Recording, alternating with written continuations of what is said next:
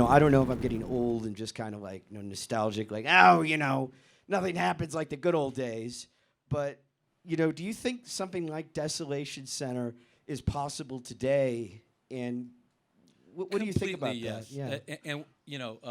Wow, that was a lot of different things all at one time. And I'm interested to hear what Perry, as a vastly, more experienced promoter at this point than me, has to say about Fire, because that was an amazing debacle. But I think, the whole point, not the point of me making the film, but one of my kind of motives was to say, we did this then, we didn't know what the hell we were doing. We just had some ideas and put some flyers out, rented some school buses, and came up with these amazing events. And so it's really about looking at your situation wherever you are, using the technology that exists now. Because we grew up under the shadow of Woodstock, and it's like, oh, that was the cool shit, and your LA lifestyle sucks, and blah blah blah. So I just think it's really about having the confidence and just being spontaneous. And it's not always going to work, but we had a lot of, just really interesting, creative people all coming together. So it came off really well. A lot of hard work, always, needless to say. Of course. John? How do you think the technology, on the back of that, how do you think the technologies now would affect someone going out into the desert and doing something like this? Well, in one sense, it would be a lot easier to get, photography and video to cut together, because everybody has their phones and they're shooting everything. But I think that, people like Mariska that actually did the photography, they really took time to, frame these images, and I feel so lucky. I don't know whether, you could do just as well with your phone, but I feel like the fact that people really went out there with these, 35 millimeter cameras and shot stuff benefited the film a lot. In terms of, everyone knowing where everyone is at all times, everyone, streaming all this information to everyone, it does feel like it would affect the experience very differently. And I really think the isolation led to this sense of community, that it was like just us, these couple hundred people or whatever, way apart from society. And you don't have to do that, but I think without that, it wouldn't have felt the same for the performers as well. So, yeah. Yeah. All right. I have some questions for the other participants. Could this? I'll give it to you. The question I was going to ask was, sort of like, how did you get involved with Desolation Center, and why? You want me to answer? Sure, yeah, go first. Well, my memory is a little shoddy. So correct me if, I haven't seen it before. And I was impressed. I was really, so how did I get involved? Well, we were roommates for a time at 6th, on 6th. The infamous Wilton Hilton. But before that, because Perry, you were in a band with Mariska, which was SciComm. Right, so Mariska and I were in SciComm together. She was the keyboard player. But now that you mention it, she always had a camera with her.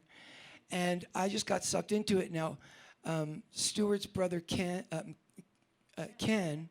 I went to work doing graphic art. And what were they? The stat cameras.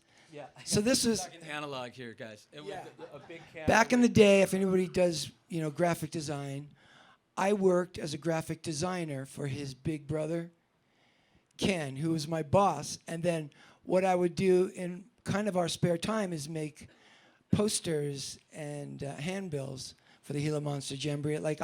Some of those handbills I actually did. Did you know that? Absolutely. Yeah, I actually did those handbills, some of those. You found the picture of the young Charles Manson and put it on our Gila Monster Jamboree flyer. Yeah. That was without Google as well, to look it up. Oh. Same question. Well, everyone knew each other, because if you went to Vinyl Fetish, or the Veil or any of the record stores, you would see flyers.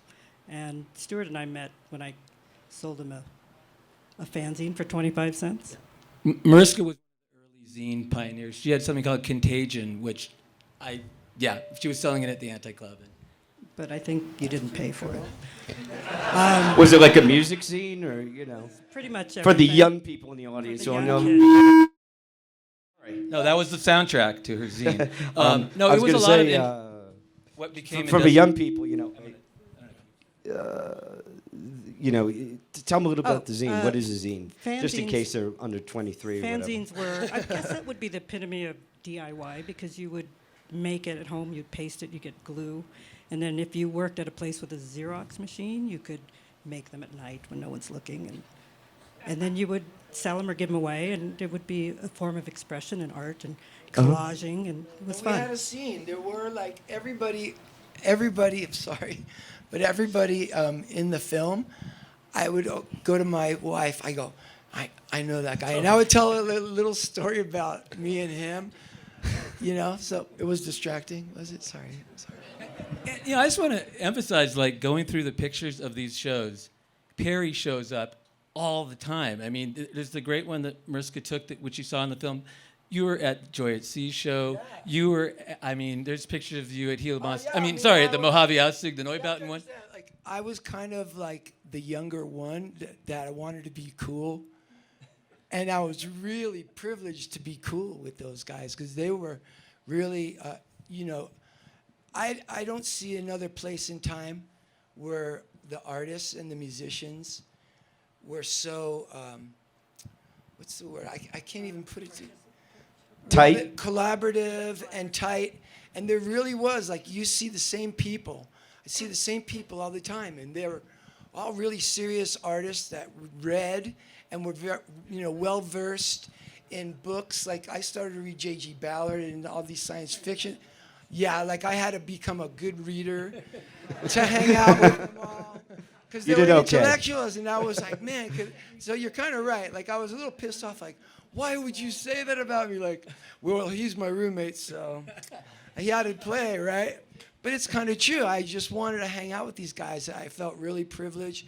I learned, like, where, your arc, what you wanted to see happen, could only happen with a person like you. Because this is the thing about it, is you're the curator, and you have a great feel for curation. Like, I have one of your Amok books. I want to talk to you about this group, Leibach. And that whole Eastern Bloc communist art collective, that reminded me so much of what we were doing.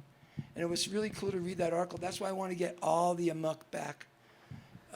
Well, now that you're here, I'll hook you up. All right. Yes. Yeah, so to pick up on what Perry was saying, I mean, it's really not about a place or it was a whole kind of worldwide but very small community of people, and we would, mail things to each other and things like that, like these guys in Slovenia that I just reconnected with. One of them, he did a great film about the first Leibach album, and we might be collaborating on a project in the future.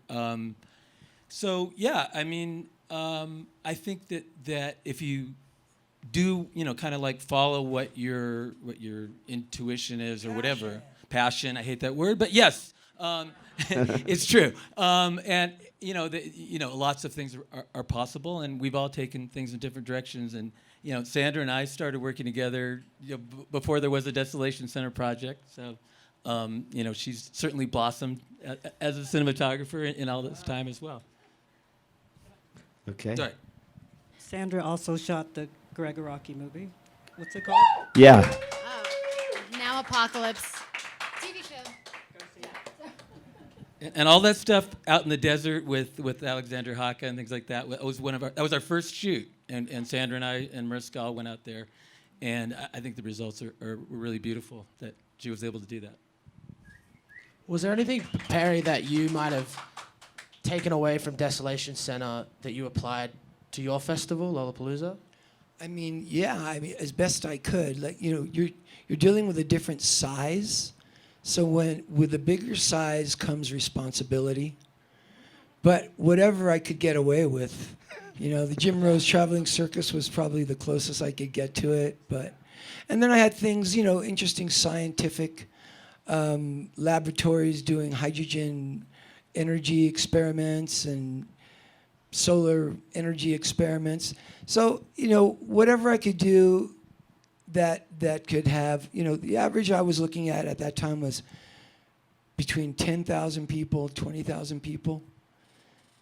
So it was a different spec, But so your spec was, you said, it really hit me. You go, yeah, you said it could be, we could do this again. I mean, I think it's very possible that, there were hundreds of people there. Think about that. You're not far from wrong, but it's like what they say about education. A good education, you have no idea how far. Like what I learned from you, it's really gone really, really far in my life. Yeah, thanks, Stuart. So, One more thing, and then we'll give up the floor.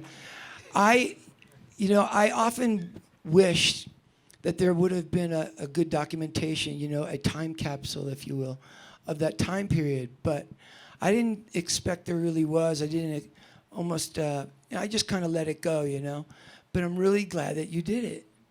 Because that is so important. Don't you think that is bizarre what we were able to accomplish? My wife goes, oh my God, you did this stuff. And isn't it cool? And she's like, yeah, I guess it is. Yeah. It's their 17th anniversary today. Yeah, today's Woo! That's my wife, Etty, back there. Thank you. while we're acknowledging significant others, my wife Melissa is back there too. Yeah. She came and also amazing, just creative contributor to the project, as was John. All along the way, just taking a different perspective of somebody who grew up at pretty much the same time and place, but wasn't at any of the shows. And so, anyway, thanks, Melissa, too. And I just want to say, in terms of the scale question, it really is.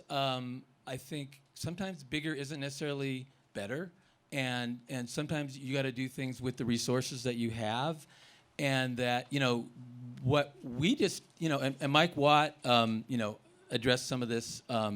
Not all of it makes it into the film, but about how stadium rock was what we grew up under the shadow of, and we completely rejected that. And so going to a little tiny restaurant, Chinese restaurant like the Hong Kong Cafe in downtown LA was way cooler than all your friends who went to see these Styx concerts at the Forum or whatever. Well, there's a secret. There was a secret. You actually love Styx. And no, I wasn't talking about Styx. I meant your thing. And I think there was something about the '80s and having to go to a lot of trouble to listen to music. I mean, I'm younger than you. But I remember wanting to get my first Einstürzende Neubauten album. What a pain in the ass it was. I had to go into Chicago. I had to go to the import section. I'd read about them. I never even heard them. But they sounded amazing. And, I had to just go through this whole process. And after I got it, if anyone heard it, what's that shit? Because they were listening to Styx. You got to see them live. But dude. it was a ritual because it was my own private band. You know what I'm saying? And I think, in a way, the internet is great. The internet is wonderful, having access to all this stuff, but there was something about that quest to have to go out to a place like Desolation Center as opposed to just seeing it on an Instagram feed. That was very, very special, I couldn't agree more. I mean, I think that was, all the stuff that we did that you kind of take for granted, that you can just flick on your phone and hear this amazing music from the other end of the earth. We really were still in the era where you had to track it down or take school buses out to the middle of the desert. But at the same time, I don't really feel like the window should be closed on people doing insane, crazy, spontaneous things, because you just have to do it in a different way. Well, we're all about that. This is Department of Anarchy, so. Exactly. You've been keeping it going for a while here. Exactly. Yeah. Noel's curation, by the way, it was and Burke really Roberts, by the way. mind-blowing, and it's later tonight, right? If people want to see the Department at of 10 Anarchy. p.m., plug, come back. Yeah. Same place, 10 p.m. Let's open it up to the audience now. Yeah. Okay. So, yeah, right over here. What's up, y'all? So you're tracking down these people you knew from back in the day. I imagine people change over time. Of course. I mean, What was that like? Were there people who just didn't want to talk to you at all? I mean, there were people that, and I think, yes, there were people that didn't want to talk. There were people that maybe didn't get it because they weren't sure what the film was going to be, and they didn't want to take a chance on something that wasn't going to be cool or as maybe, you know, artistically, you know, I was lucky to have all these collaborators that turned it into what it is. But most people were really down, and most people, it's like even if I hadn't seen somebody like Blixa in all these years, and in fact, I barely spoke to Blixa that day. I really didn't know him. But you feel this connection because of this traveling through time together and this sort of crucible of experiences that you had. And I felt like I was able to pick up where I left off with all kinds of people. I mean, okay. Yeah. I'm not sure what that meant. Back there. Next, Oh. someone else? Anybody? Someone must have a question. Yes, you in the back in the hat. I think it's fucking awesome that you found that not only the footage, but as we talked about before, you were able to pull the sound together too, like as if it was pulled right from the board. Considering that it was like whatever, however 40 years or whatever the fucking that was. That's just amazing that you were able to. Could you just real quick explain how that happened? Yeah, and I also want to say, like, Remission was amazing, and I want to thank all those guys for opening. Paul, John, and Reiner, the DP, who are all here. So the question was, and I think it's an interesting one, and especially because we have done some other screenings, not a lot of people have brought this up, but where did all that audio come from? And, you know, I'm not the world's greatest archivist, I have to admit. I did manage to get some of the stuff filmed, but the video back then didn't have good audio, and it would have been a very painful film to watch if we had to go with the audio that came with the footage. But there's a guy named Bob Durkee who I really would like to give a shout out to. He couldn't make it here, nor could our editor, Tyler Hubby, who was coming up until this morning when his son came down with the flu.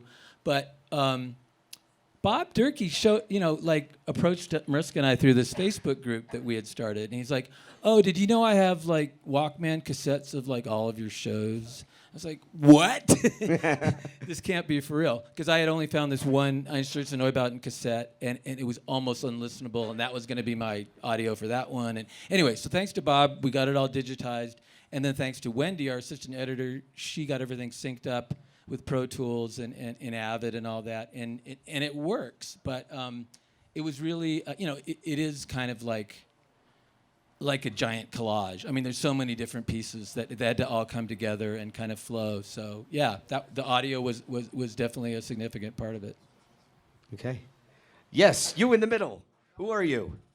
I'd just like to say a big thank you to Perry for coming back to Slamdance. Perry actually is an alumni of Slamdance. I want to thank you very much for coming out to Slamdance, but also, very importantly, to support one of our artists. As an artist-led community, means a great deal. It means a lot to see you here tonight. Thank you very much. Oh, yeah, my pleasure. All right, man. I had a great time. I liked the opening flick, too. I thought it was really sensational. Yeah, so. All right. Anyone else? Yes, you. I'm a little curious. Do you think maybe you were inspired a little bit by Jesus Christ Superstar? You got some counterculture types on the school bus going. Wow. I wish I could say yes to that, because that's a really good idea. Okay, Jesus Christ Superstar wasn't a big thing in my house, being Jewish, but I can certainly say friends of mine really were like, that is so punk rock, you got to listen to it again. I was like, okay. But yeah, I mean, the desert spirituality, I can definitely go with that one, because, I know Perry's read Aleister Crowley, and in his book Magic and Theory and Practice, he talks about how the great spiritual leaders, whether they be Jesus, Muhammad, Moses, and also the ones not from the Western traditions, all spent time out in the desert, long periods of time, and came back transformed. And that's something I actually started talking to Alexander Haka about. You can't fit everything into a 94-minute thing, but I think there is something really spiritual about the desert, in all seriousness. And so for me, it all kind of ties together, ultimately. Okay. Anybody else? Surely somebody. Okay, we're working on it, for sure. Yeah. Okay.